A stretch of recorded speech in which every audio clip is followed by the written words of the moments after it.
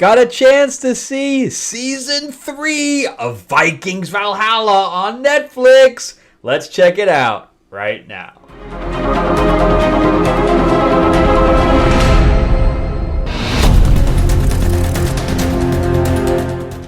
Welcome back to the channel, everyone. Thank you so much for spending time with me as we chat about movies, comic books, and television shows, as well as the occasional card game, board game. I am starting to put a few of those up more recently. And let's talk about this. Before we do, remember to give me a like and a subscribe. Give me the thumbs up. If you can subscribe, please do. I am your host, Frank Zank. I'm an award-winning screenwriter, novelist, and comic book writer. I am on Amazon. You can check the description below for some links to Amazon for my novels. Plus, if I get this out before Saturday, I will be, Saturday the 20th, I will be holding a online class on Zoom about how to write and produce a low-budget film. So it's a low-budget filmmaking class. And we'll be discussing how to write to that budget, how to schedule, how to crew, all that stuff. How to budget, etc. So if you're interested in filmmaking, come on out. It's just a one-day class this time, so it'll be on Saturday for about 3 hours or so. So it won't take up, the majority of your day, and you'll get a lot of information, and you'll be able to ask questions. It'll be like a one-on-one almost, because my groups are pretty small. All right. So again, the link will be in the description below, and I think you can use the code YouTube to get a few dollars off as well. I think it's $4 off. It's cheap. It's only like $50 this time, so it's a little less expensive.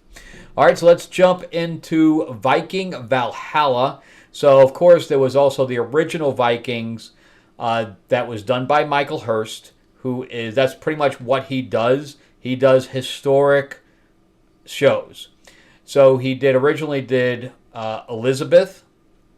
Then he did Elizabeth the Golden Years, which are, already, kind of trope classic type films where he made Kate Blanchett. Kate Blanchett, that was like one of the few things that she started with. She wasn't even a named star back then, where she played Queen Elizabeth. That's good stuff. And then he did The Tudors, I think, for Showtime. So if you haven't seen that, that was really good too. And although I did like some of the other stuff that came out about the Tudors as well. But the original thing was about Ragnar Lothbrok. He was the main character all through the beginning, him and Lagertha. And no matter how many other shows Catherine Winnick does, she will never get another character to play like Lagertha. She owned that thing, man. She owned that role, and that role has become iconic because of her.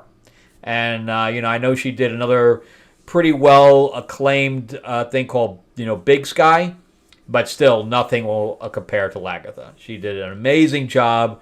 The show was great.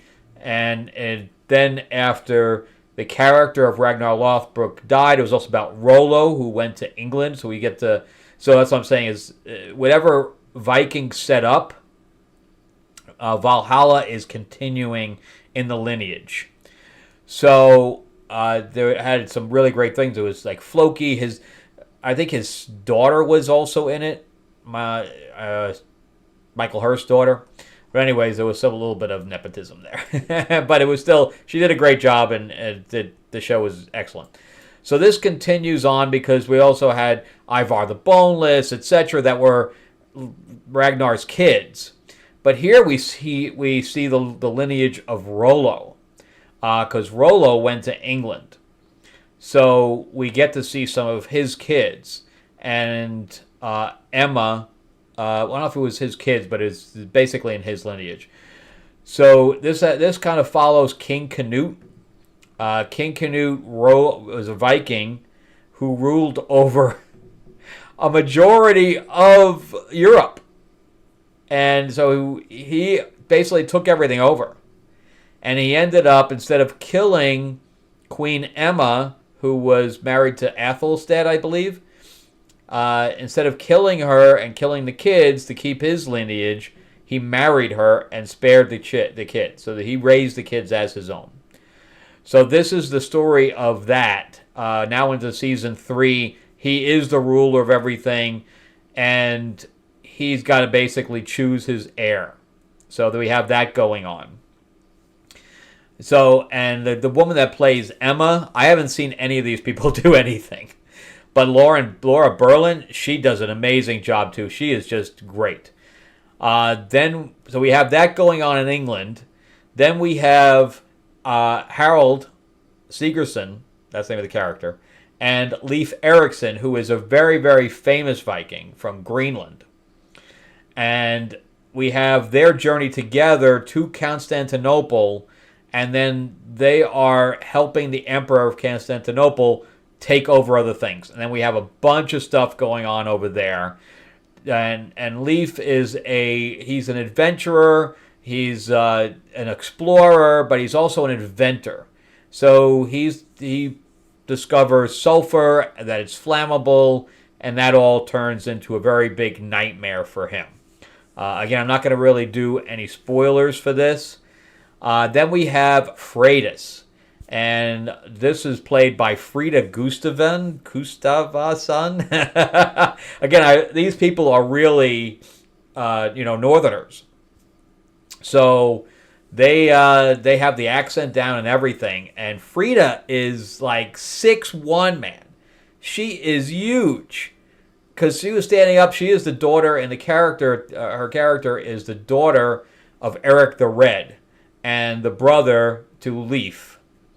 And she and Harold have a child together, but he goes off on his own. And she doesn't want to give. Everybody else is all transforming to Christianity. And even we have, what's his name? Canute is even, in the beginning of the season, is even going to visit the Pope. And that whole thing turns into a thing. It becomes a thing. So again, I don't want to give away any spoilers. But so everybody is kind of bending the knee to Christianity, but Freydis and her people are all still praying to Thor and Odin and all the original Viking gods. So they are, of course, pagans. So they haven't bent their knee to the new ways, and the new way is Christianity, etc. So, and of course, we have churches that are being built all over the place and all this other stuff. But anyway, Freydis, so she's 6'1". She can play Wonder Woman easy, being that tall. Jesus Christ, I think she's taller than Gal. Amazing. And she's an excellent, excellent actress. Really, really good. I think if they blackened her hair, I think and put some makeup on her, I think she'd actually make a pretty good Wonder Woman. But anyway, so she doesn't have the chest for it, though. Now, she has about the same of what Gal has. It's not like, the original. But anyway, so the show is extremely well done. Every episode has some kind of a battle in it or some kind of an action in it. And that's how I kind of wish that Game of Thrones was a little bit, or House of the Dragon was a little bit, where they at least threw something in there. Because every time you watch Vikings, there's something in there. There's some kind of action, but it still has the political intrigue and all that stuff. We do have some deaths that I really kind of hated, and then there's some deaths that I really wanted. And when it got down to the last episode, I thought there was 10 episodes. There's only 8. So when it finished and it didn't say next episode come up, I was like, what? What? You gonna leave me freaking hanging?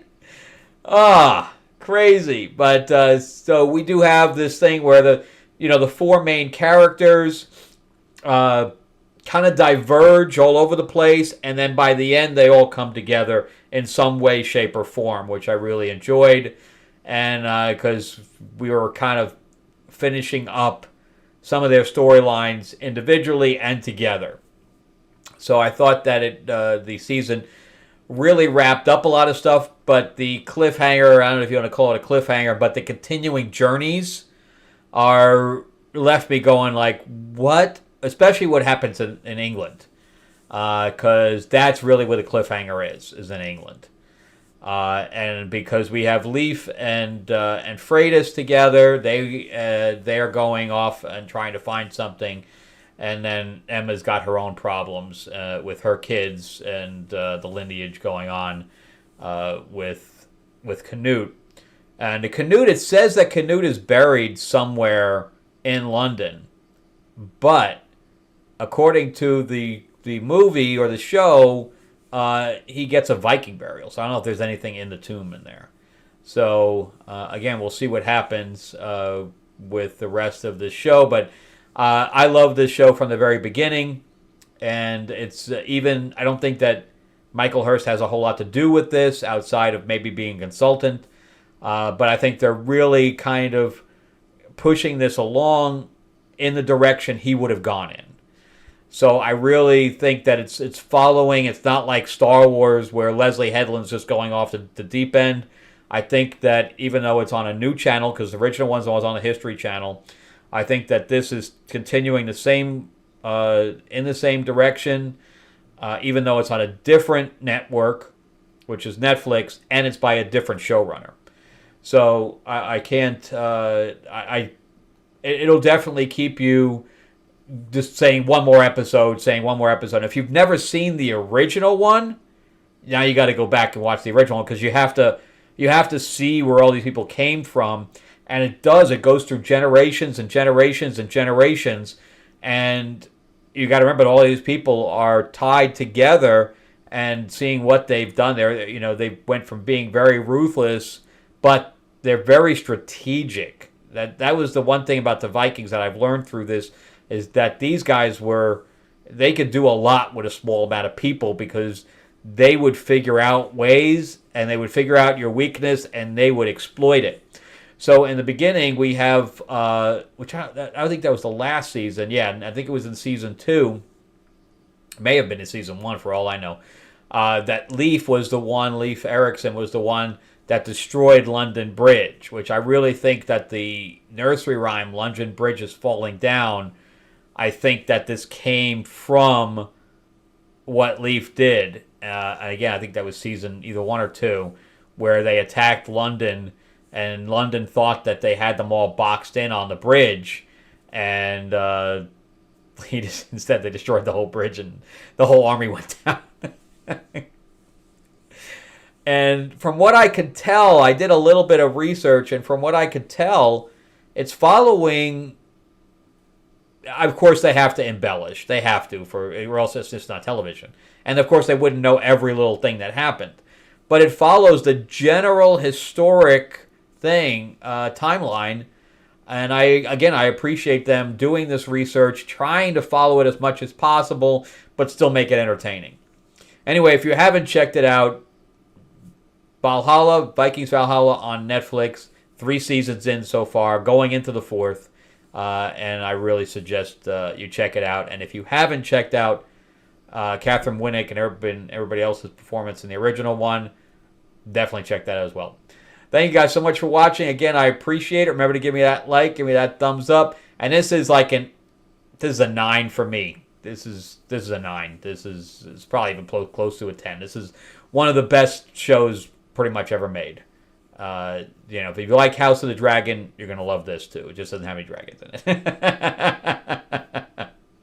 But it's got the political intrigue. It's got the sex and the love and all the rest of this. The romance and even and the danger. Anyway, it's got everything in it. Anyway, if you can't subscribe to my channel, please do. If you like talking about movies and television and comics, definitely this is the channel for you. And if you want to learn anything about filmmaking, check out my class if you're checking it out before Saturday the 20th. All right, I'll see you guys on the next one. Remember, check out everything in the links are in the description below. All right, have a good one, guys. Bye-bye.